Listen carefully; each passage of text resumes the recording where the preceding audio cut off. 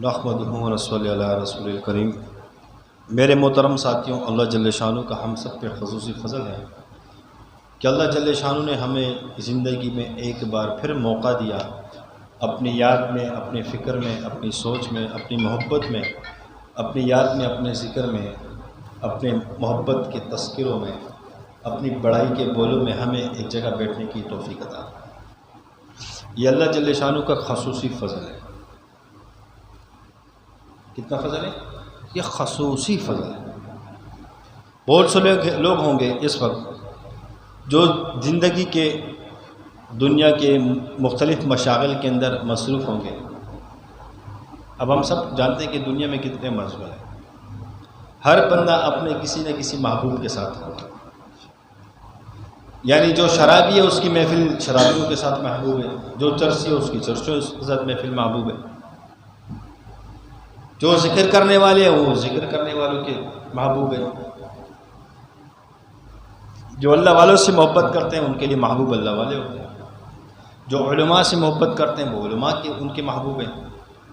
یعنی جو بندہ جس دین کے شعبے کے ساتھ ہے، جس دنیاوی شعبے کے ساتھ ہے، محبت کرتا ہے، اسی کے ساتھ اس کا اٹھنا بیٹھنا ہوتا ہے۔ یعنی اس وقت اللہ نے مجھے اور آپ کو اپنی یاد میں بٹھایا، یہ ہم پر خصوصی اللہ جل شانہ کا فضل ہوا اور یہ اللہ کی خاص توفیق ہوئی۔ ہماری کوئی حیثیت نہیں، کوئی طاقت نہیں، کوئی اوقات نہیں، ہم اپنی مرضی سے کچھ نہیں کر سکے۔ حتیٰ کہ درخت کا جو ایک پتا ہلتا ہے یہ بھی اپنی مرضی سے نہیں ہلتا، اس کے پیچھے بھی اللہ کا امر ہے۔ بس انسان جس چیز کا عزم کرتا ہے، جس چیز کا ارادہ کرتا ہے، تو اس کے قدم اللہ اس طرف لے جانا شروع کر دیتا ہے۔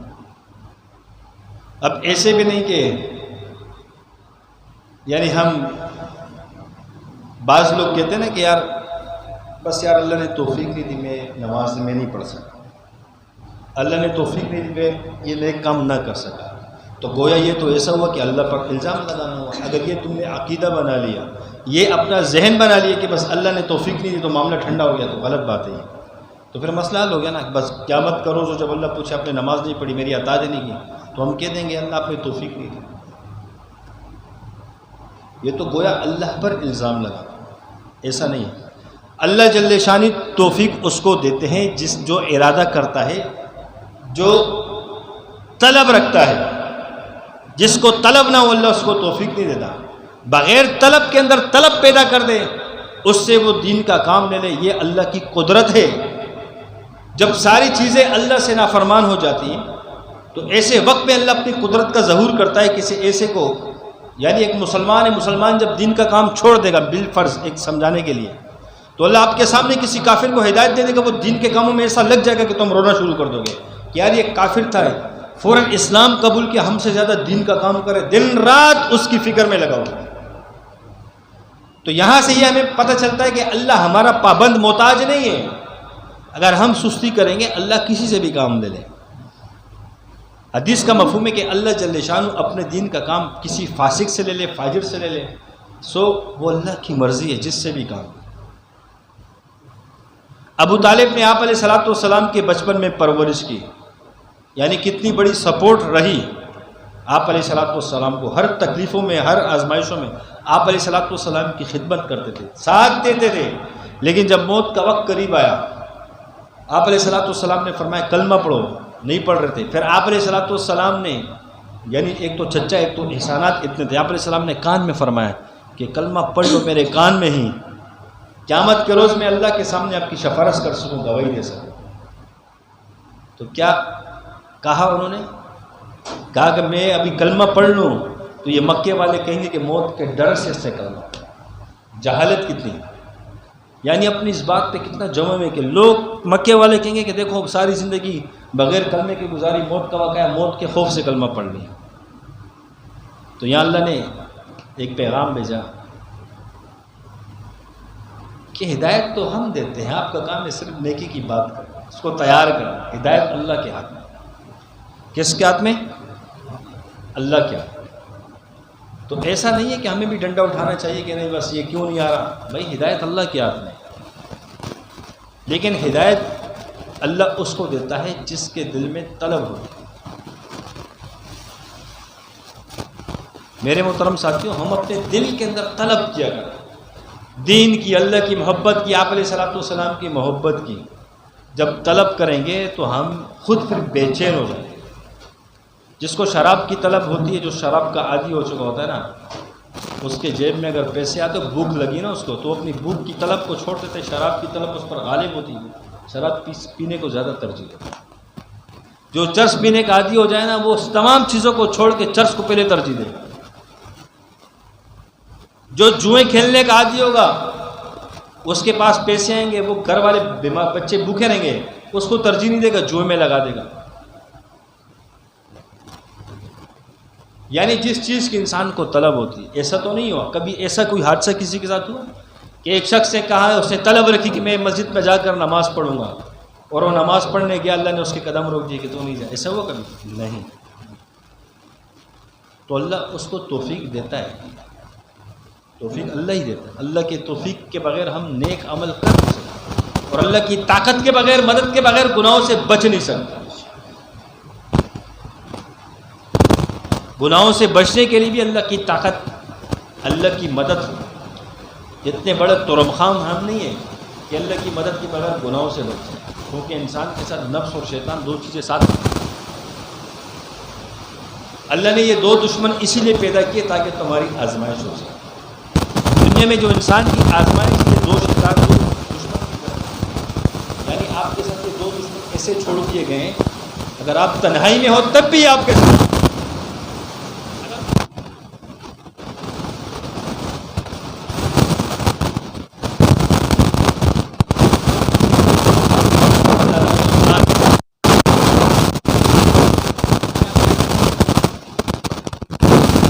یہ ایسے دشمن ہیں تنہائی میں بھی آپ کے ساتھ، جلوت اور خلوت دونوں میں آپ کے ساتھ ہیں، عبادات میں بھی آپ کے ساتھ ہیں۔ اصل آزمائش اس لیے کہ نفس اور شیطان، کیا ہے؟ نفس اور شیطان۔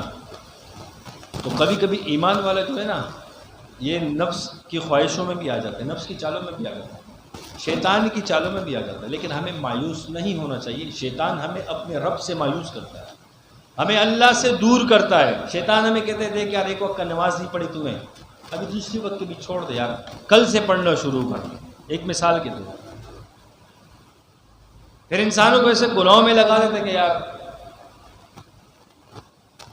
یعنی میں گناہ کر رہا ہوں، کیا اچھے لوگوں کی صحبت میں بیٹھوں، میں تو اتنے گناہ کرتا ہوں، کیا علماء کے پاس جاؤں، کیا اللہ والوں کے پاس جاؤں۔ یعنی اس کو ملامت کرتا ہے کہ یار تو اتنا ہو رہا ہے کہ تم کے بیٹھنے کا قابل نہیں۔ یہ شیطان ہوتا ہے۔ میرے محترم ساتھی، شیطان اور نفس، یہ جب تک انسان کی زندگی ہے نا، سانس میں سانس ہے، تو یہ ساتھ چھوڑنے والا نہیں ہے۔ حتیٰ کہ موت کے وقت بھی شیطان اپنا وار چلاتا ہے، اس کی یہی کوشش ہوتی ہے کہ اس کا خاتمہ ایمان پر نہ ہو۔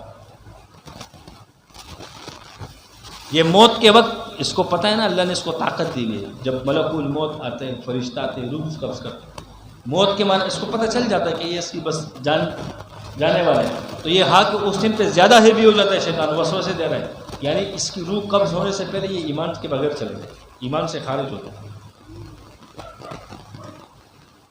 یہ بڑا ظالم ہے، کیونکہ اللہ نے قرآن کریم میں فرما دیا کہ شیطان آپ کا کھلا دشمن ہے۔ کیا ہے یہ؟ کھلا دشمن ہے۔ جو دشمن ہوتا ہے نا کھلا، جس کے ہاتھ پاؤں باندھے ہوتے ہیں، اس سے ڈر نہیں ہوتا یار اب قبضے میں کسی کے۔ جو کھلا ہے نا، وہ خطرناک، کسی بھی ٹائم، رات کو بھی، دن کو بھی، کہیں سے بھی آ سکتے ہیں۔ تو شیطان ہے، پھر اس کے چیلے ساتھ میں ہوتے ہیں۔ تو شیطان تو دشمن ہے ہمارا، نفس، یہ دو دشمن ہیں ہمارے۔ اللہ نے انسان کو پیدا کیا اپنی معرفت کو سیکھنے کے لیے کہ میری معرفت سیکھ لے، اور یہ میرے دشمن کے ساتھ مقابلہ کرے۔ کیا کرے؟ میرے دشمن کی اطاعت نہ کرے، یہ اپنے رب کی اطاعت کرے، حضور نبی کریم صلی اللہ علیہ وسلم کی اطاعت کرے، میرے دین کی اطاعت کرے، شریعت کی اطاعت کرے۔ لیکن ہم کیا کرتے ہیں؟ دین، شریعت، اللہ کے محبوب صلی اللہ علیہ وسلم کو چھوڑ کر کمزور نفس اور شیطان کی اس میں آ جاتا ہے۔ یہ اتراؤ چڑھاؤ لگا رہتا ہے، لیکن ہمیں ہمت نہیں آ رہی ہے۔ بس یہ عزم کرنے کہ اللہ مجھے فتح یاب کرے گا نفس اور شیطان کے مقابلے میں۔ کون فتح یاب کرے گا؟ اللہ مجھے فتح یاب کرے گا۔ اور یہ دونوں چیزیں کمال کی بھی ہے۔ یہ اللہ سے مایوس کرتے ہیں اور اللہ سے مایوس نہیں ہونا چاہیے۔ جب شیطان کو، ابلیس کو، اس کا نام تھا عزازیل، کیا تھا؟ عزازیل اس کا نام تھا، فرشتوں کا سردار، تو ابلیس بن گیا خبیث، ابلیس اور خبیث۔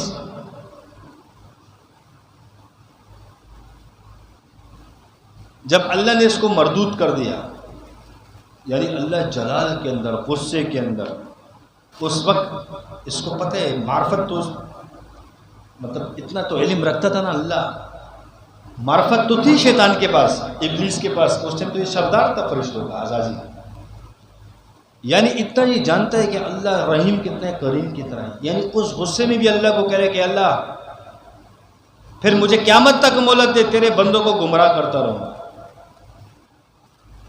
اللہ نے اس غصے کے اندر اس کو نہ ہلاک کیا، نہ اس کی جان لی، کچھ نہیں، کہ اس کو کہا قیامت تک تجھے مہلت ہے، اور فرمایا جو میرے بندے ہوں گے نا اس کو تو گمراہ نہیں کر سکتا،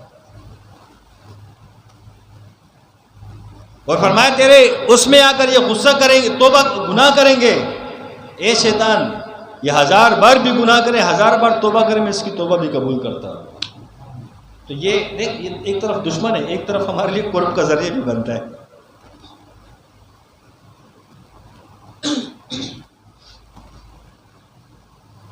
شیطان نے آپ کو کسی کام سے روک دیا، آپ رونے لگے، توبہ کی آپ نے، آپ کا مقام بڑھ گیا۔ ایک صحابی رات کو تہجد کی نماز، غالباً عمر فاروق رضی اللہ عنہ یا امیر معاویہ رضی اللہ عنہ، ایک وقت تہجد کی نماز میں شیطان آیا، سلا دیا، نیند آ گئی، تہجد کی نماز رہ گئی، صبح اٹھے، فجر کی نماز ادا کی، روئے اللہ کے سامنے، اتنا روئے یا اللہ آج میری تہجد کی نماز چھوٹ گئی، اتنا روئے کہ وہ رونا اللہ کو اتنا پسند آئے کہ جو تہجد پہ اجر تھا اس سے ڈبل کیا، اربوں خربوں گنا زیادہ اللہ نے اجر دے دیا۔ جب شیطان نے دیکھا کہ اس کو اجر ملا، اگلے دن شیطان خود آتا تھا اس کو اٹھانے کے لیے، اٹھ بھائی نماز پڑھا۔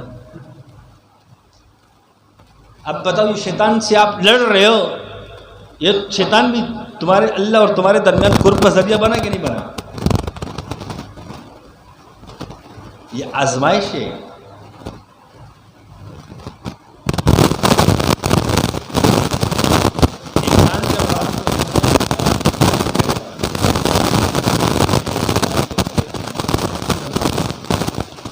جب اس کی آنکھ بیدار ہوتی ہے، ایک گرہ کھل جاتا ہے، تمہارے اٹھنے کی طاقت اللہ نے اس طرح رکھی تھی کہ تم جس عمل کے لیے جا رہے ہو، نماز کے لیے، طاقت اتنی کہ تمہیں خود بھی پتہ نہیں۔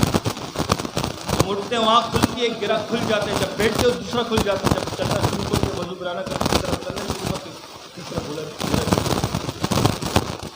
تمہیں پتہ ہی نہیں ہے، تمہارے اٹھنے سے اللہ اور شیطان کے گروہ کو کھول دیتے ہیں، اور اس بات کی کہانی ہوتی ہے۔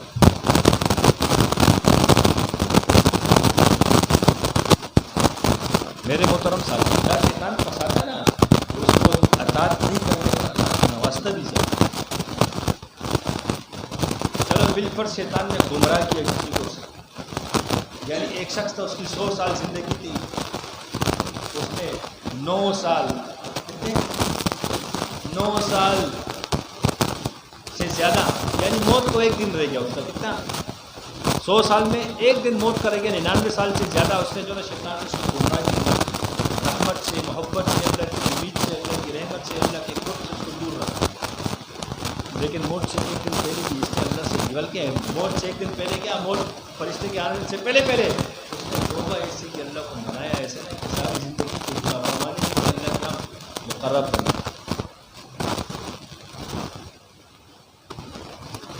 یہ ہم لوگوں نے اللہ والوں کو عجیب چیز سمجھا ہوا ہے، ہم سمجھتے ہیں کہ اللہ والے کو اس کے بڑے بڑے سنگ ہوں گے، اللہ والا کوئی بن نہیں سکتا، اس کے لیے خاندان اچھا ہونا چاہیے، اس کے لیے بڑے بڑے دستار جبے ہونے چاہیے۔ ہم نے ایک مزاج بنایا کہ اللہ والے تو یہ نہیں ہو سکتا۔ اللہ والا بننے کے لیے ولایت کے دروازے بند نہیں ہے، کھلے قیامت تک، نبوت کے دروازے بنے، نبی کوئی نہیں بن سکتا، ولی تو ہر کوئی بن سکتا۔ نبی کوئی نہیں بن سکتا، نبوت کے دروازے بند ہیں، ولایت کے تو بند نہیں ہیں، ولی تو ہر کوئی بن سکتا ہے۔ ایمان والا تو ویسے بھی اللہ کا ولی، اللہ کا دوست ہے۔ اللہ کے ولی کو ہم نے کچھ عجیب چیز سمجھا کہ اس کے کوئی بڑے سینگ ہوں گے، بڑے لمبے لمبے دانت ہوں گے، پتہ نہیں کیا ہوگا۔ اللہ کے بندو عقل کرو۔ ایسے ایسے حوالے موجود ہیں، ایسے ایسے حدیثوں میں آتا ہے کہ ایسے ایسے لوگ جس نے کبھی ولایت کسی کی صحبت بھی اختیار نہیں کی، جس نے کسی عالم کے پاس بیٹھا، نہ کسی ولی کی صحبت میں بیٹھا، وہ دنیا سے رخصت ہوتے ہوئے ولایت کے تاج ان کے سر پہ رکھے گئے، اللہ کے ولی بن کر دنیا سے رخصت ہوئے، ساری زندگی نافرمانی میں گزاری۔ ہم سمجھتے ہیں کہ ولی بننے کے لیے بڑے بڑے کچھ مشقت کرنی پڑیں گی، کوئی خاص قسم کا کھانا کھانا پڑے گا، کوئی خاص قسم کے مخصوص قسم کے لوگوں سے نکل کر کسی جانوروں کے پاس جانا پڑے گا، تنہائیوں میں۔ ہم نے اپنے اپنے ذہن میں معیار بنا لیے، ذہن بنا لیے کہ یار کہ ولی تو عجیب چیز ہے۔ بنی اسرائیل کے اندر ایک شخص ہے، لوگوں کو اذیت اس قسم کی دیتے ہیں، لوگوں کو تکلیفیں اتنی دیتے ہیں کہ ایک دن پورے قوم والے اکٹھے ہو گئے کہ یار اس شخص نے ہمیں بڑا تنگ کیا ہوا۔ اس کو اٹھایا، رسیوں سے باندھا اور جا کے جنگل میں پھینک دیا، دور دراز جا کے جنگل ریگستان میں پھینک دیا۔ اس کی آنکھ کھلی، دائیں دیکھا، بائیں دیکھا، آگے دیکھا، پیچھے دیکھا، مشرق مغرب شمال جنوب، اوپر دیکھا، نیچے دیکھا، کوئی نہیں، بس اللہ سے فریاد سنی۔ اب یہ شخص کا گناہ گار ہے کہ اس کی گناہوں کی نحوست کتنی ہے، لوگ اس سے عاجز کتنے آگے، تنگ کتنے آگے کہ اس کو اٹھا کے جنگل میں پھینک دیا۔ اب جب اس کو پھینکا تو جب اس نے دیکھا کہ موت کے سوا کچھ نہیں نظر آیا، نہ کھانے کی کوئی چیز، نہ پانی، نہ سونے کی، نہ ترتیب، نہ زندگی گزارنے کا کوئی سبب، اسباب، فوراً اللہ سے رجوع کیا، یا اللہ سب نے اٹھا کے پھینک دیا اور تو میرا رب، اگر آج تو بھی مجھے اپنی رحمت سے دور کر دے گا تو میں کہاں جاؤں۔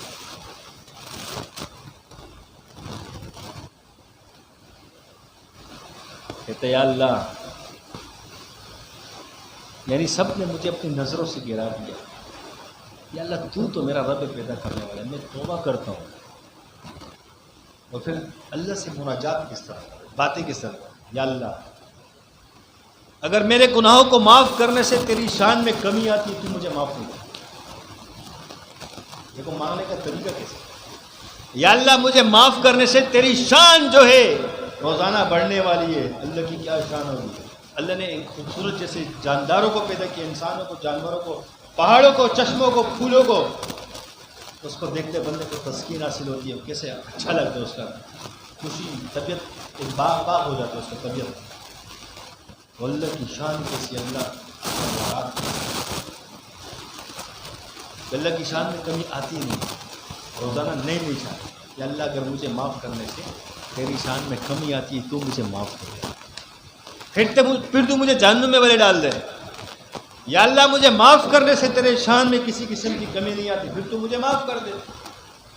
یعنی اللہ کو اس کی یہ باتیں کرنا، اس انداز سے اس نے اللہ سے باتیں کی، اللہ کو اتنا پسند آیا کہ اللہ نے اس کو موت سے پہلے ولایت کا تاج اس کے سر پہ کیا پہنایا، ولایت کا تاج۔ اب اس نے کوئی چلہ نہیں کیا، کسی بزرگ کے صحبت میں نہیں گیا، کسی خانقاہ میں نہیں گیا، کسی عالم کے پاس نہیں گیا، بات ہی سمجھ میں انتقال ہو گیا۔ موسیٰ علیہ السلام کو وحی کی جاتی کہ فلاں جنگل میں میرا ولی مرا ہے۔ کون مرا ہے؟ میرے ولی کا انتقال ہو۔ یہ نہیں فرمایا کہ آپ کو امتی، آپ کی قوم والا، فرمایا اللہ نے کہ میرے ولی کا انتقال ہوا ہے، جاؤ اس کا جنازہ پڑھاؤ۔ ایک رسول کو بھیجا جا رہا ہے کہ جاؤ اس کا جنازہ پڑھاؤ، جس نے ساری زندگی کیسے گزاری، بس یہ کچھ منٹ کا سودا ہوتا ہے، بن دیکھے اللہ کو منانے کا۔ ایک تو ہم اللہ سے اتنے مایوس ہو جاتے ہیں کہ ہم نے برائے تھے کہ ہم اللہ کو کیسے مانیں، یہ شیطان ہمیں دور کرتا ہے، اللہ تو کریم ہے۔ اب موسیٰ علیہ السلام جو اللہ کے رسول ہے، اللہ کے نبی، اللہ کے پیغمبر ہے، جس پر اللہ نے آسمانی کتاب نازل کی، فرمایا جاؤ میرے ولی کا جنازہ پڑھاؤ اور اپنے قوم میں اعلان کر دو کہ جس نے میرے اس ولی کے جنازے میں شرکت کی میں اس کی بھی مغفرت کر دوں. یہ تاج ایسا پہنایا کہ جو جنازے میں شریک ہوگا اس کی بھی مغفرت ہوگی.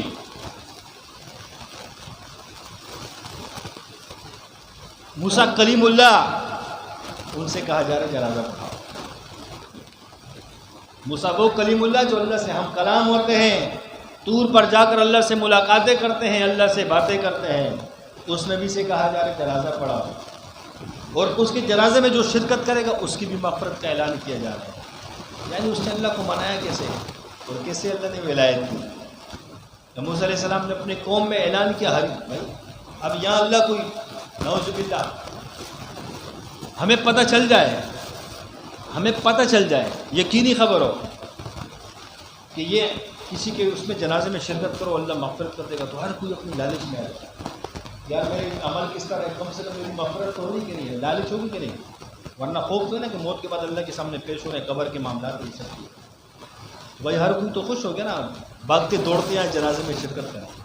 جیسے قریب پہنچے دیکھا تو وہی شخص ہے جس کو ہم نے خود اٹھا کر. جب موسیٰ علیہ السلام ہم کلام میں اللہ نے فرمایا کہ اس نے مجھے منایا اس قسم کا اس طریقے سے کہ میں نے اس کو معاف کر دیا, اس کو اپنا ولی بنایا, اس کو دوست بنایا.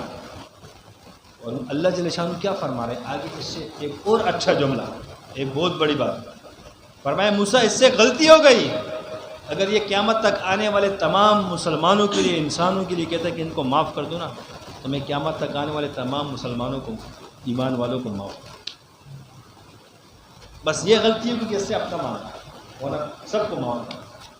تو بتاؤ یہ تاج ولایت کا کیسے ملا کہ جو قیامت تک آنے والے انسانوں کے لیے جو مغفرت کا ذریعہ بھی بن رہا ہے, اتنی بڑی سعادت کی حاصل. تو ہم نے یہ ایک مزاج بنایا کہ ولی کیسے بنے گا, اللہ کے بندوں ہر شخص محنت کرو, ہر شخص ولی بن سکتا ہے.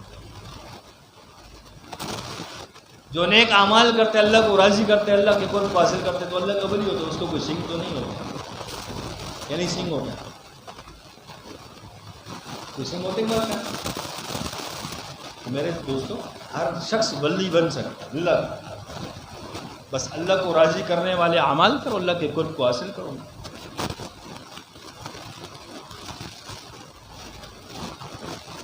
پھر اس میں طبقے ہیں کہ ولایت کے اندر ولایت عامہ خاص یہ الگ چیز ہے, صدیقین کا درجہ.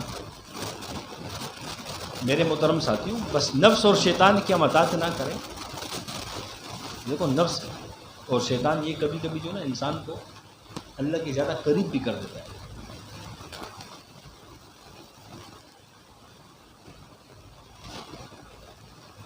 تصوف کے اندر کیا ہے, سلسلوں کے اندر ہے ہی اپنے دل پر محنت کرنا, اپنے نفس کا تزکیہ کرنا. اور کیا ہے اللہ والوں کی مجالس, اللہ والوں کے سلسلے کیوں چلتے ہیں.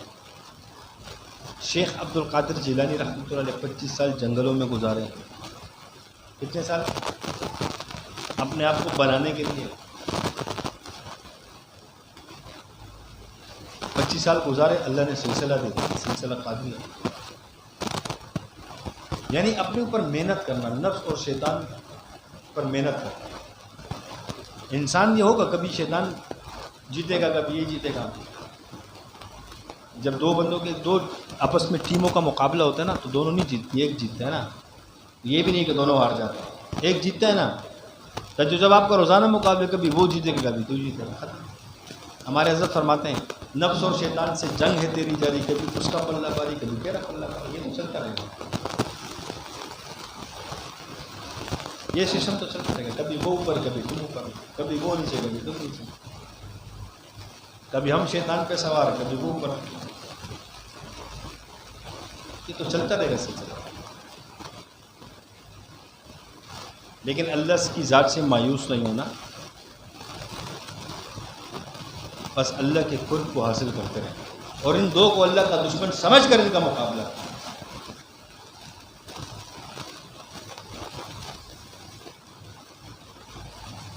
ایک اندر کا دشمن, ایک باہر کا دشمن. شیطان باہر کا دشمن, نفس اندر کا دشمن.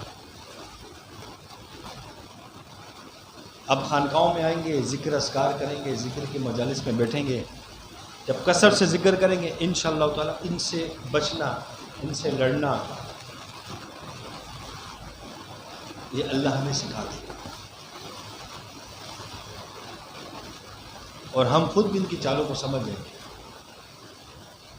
کیونکہ جب انسان اللہ کے ساتھ تعلق بناتا ہے نا تو اللہ اس کی خود مدد کرتے ہیں، رہنمائی کرتا ہے۔